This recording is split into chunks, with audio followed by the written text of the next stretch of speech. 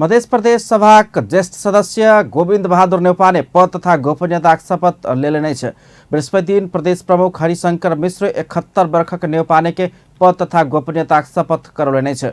प्रदेश प्रमुख के कार्यालय में ज्येष्ठ सदस्य नेउपाने शपथ लेने छ। प्रतिज्ञा गर्दछु ईश्वरको नाममा शपथ लिन्छु कि नेपालको सार्वभौम सत्ता राजकीय सत्ता नेपाली जनतामा रहेको नेपालको संविधान प्रति पूर्ण वफादार रहँदै नेपाल संविधान के धारा 182 के उपधारा 5 प्रदेश सभा सदस्य निर्वाचन ऐन 2074 के दफा 75 बमोजिम ज्येष्ठ सदस्य के हैसियत से प्रदेश सभा अध्यक्षता करत मध्य प्रदेश सभा 107 सदस्य रहलै छ।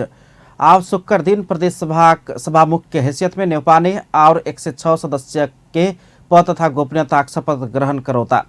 नेउपाने नेकपा एकीकृत समाजवादी पार्टी से 74 के क से निर्वाचित भेलै छ। प्रदेश सभा नया सभामुख चयन नहीं कर धेर नेउपाने सभा के अध्यक्षता करत। शपथ ग्रहण समारोह में मुख्यमंत्री लालबाबू राउत, निवर्तमान सभामुख सरोज कुमार यादव, उद्योग वन तथा वातावरण मंत्री शत्रुघ्न महतो, अर्थमंत्री शैलेन्द्र प्रसाद शाह लगायत सबके सहभागिता छलैन।